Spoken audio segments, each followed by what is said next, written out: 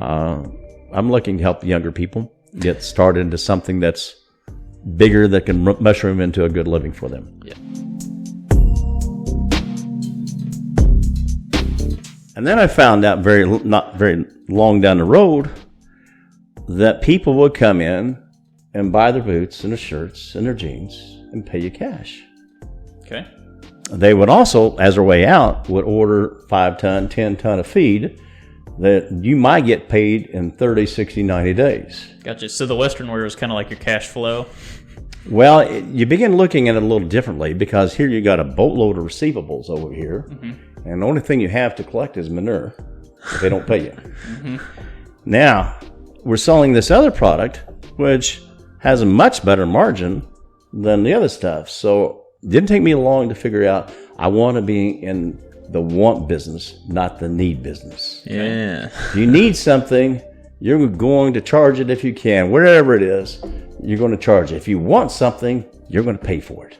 So it didn't take long. I got to get out of the need business.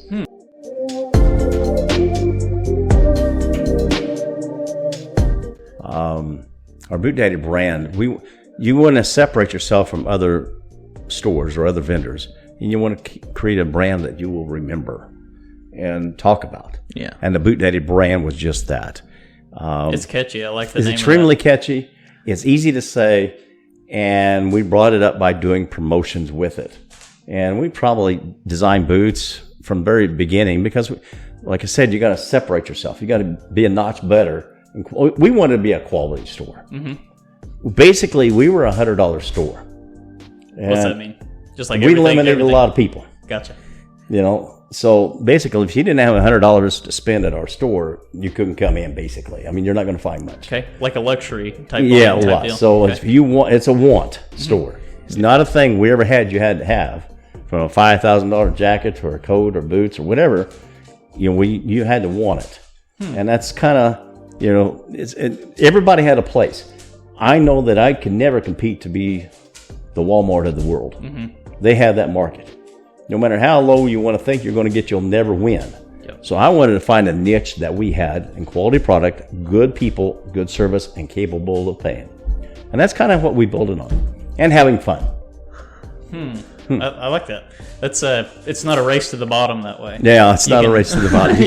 You're never going to win the bottom. Yeah. You know, don't even go there.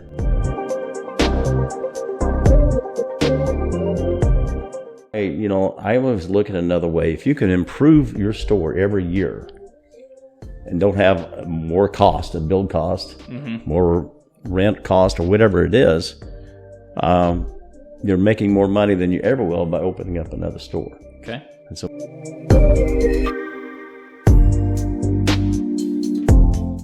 you know, I have a statement, a guy that is so true, and you guys need to hang it on your wall someplace. And it fits every business, everything that you're ever going to do, and it's simple words. It says act instead of react.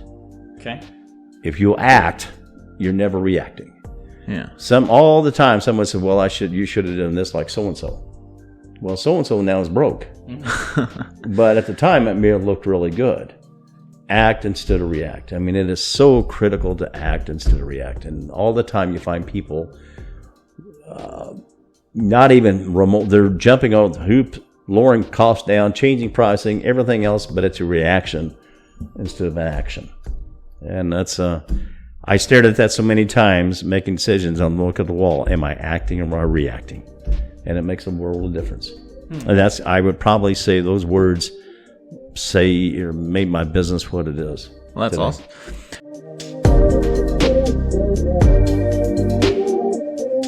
Want to do that because you want everybody to succeed, and I want everybody to succeed, and you know, and the best way for that is give us some incentive to not just be ordinary, come in and do a job. Yep.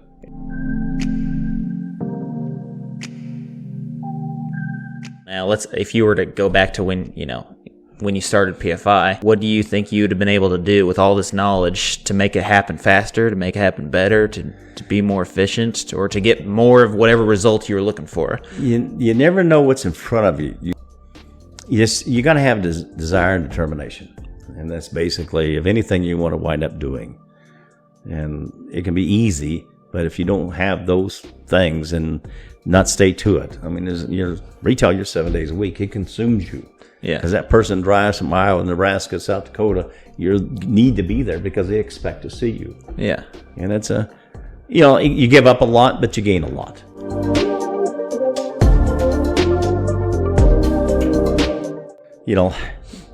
One of my sayings that a lot of people didn't really like, I think they may appreciate at the end, is that I said, do the math. Do the math in front of it. Make sure you're doing it from the brain, not the gut. Make every decision, do the math first. This is our goal. How are we going to get to it? How would you do the math on something like that? Well, just experience. I mean, you plug a number in and say, okay, if I'm going to have this much cost, I got to make this much over here. I got to have X bodies come in. I got to have X mark.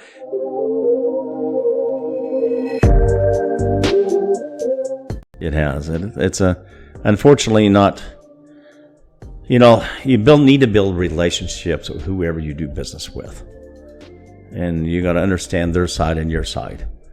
And we're not doing that now. We're trying to disagree with each other too much, and that's unfortunate. We're going to have to get back to the nicer side of life some way.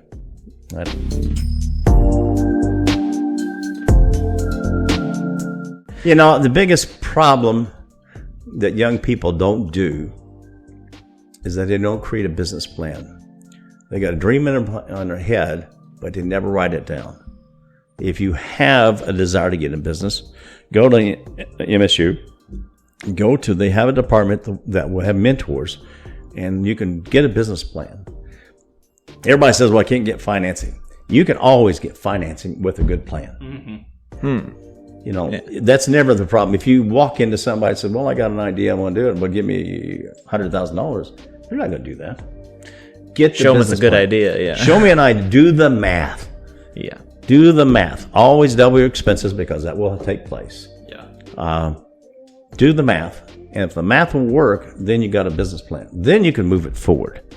And then you got to have, I don't mean negative to the younger generation, but you've got to have the desire to stay with something, to see it through.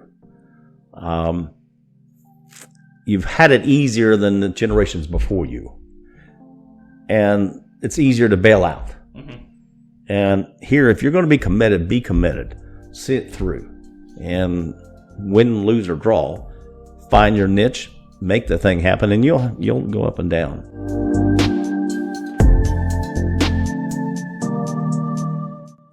And greet you as you leave. Everybody wants to shop, but everybody hates to pay. Yeah. So when you go into some line and you're standing way back in line and you got your stuff and you got to wait to get paid out, you have a memory there. Mm-hmm. It's your last memory of that thought process. Don't make that ever happen. Have more cashiers. You ever been someplace and there's 2 cashiers and 15 more registers to be there, mm-hmm. and no one's on them? Mm-hmm. We all have. Yeah. You put the dang product down to find and leave. Let's make that last impression as good as the first impression.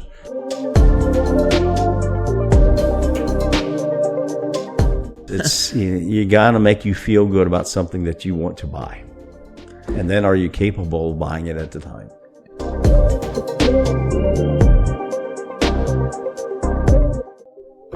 Did you ever have any mentors or anything like that throughout your career, or have you ever thought that was an important aspect for a young entrepreneur? I guess the best thing that I had Lou Berry, which was my banker. Yeah.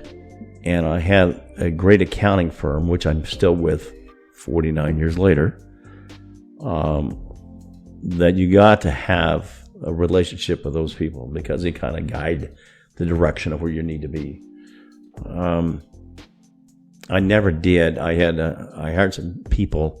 When we got in the catalog business, you go out and hire a consultant. Mm-hmm. And this guy, he lived with us. Oh, so if you're going to pay this guy a high rate, you don't want to drop him off at 5 or 6 o'clock at night. You want to feed him, get him some beers, and then you work till midnight. Yeah. The clock never stops. You get up in the morning, you eat breakfast, now we're on it again. Yeah. And Get your money's worth. and Chet was his name. He was a great guy. He loved catalog. He hated retail, but since I had both, I had to merge them together. So another guy on catalog, George Molson, he used to run the Sears catalog before it went broke. Talked to him yesterday, and he's upper 80s, and nicest guy, more knowledgeable than you had. No different than buying this berry farm. I don't know anything about raising strawberries and blueberries, and there's a boatload to know. Okay. So best thing I done, I found a guy that's really good at it, and I say, hey, I'm going to pay you as a consultant.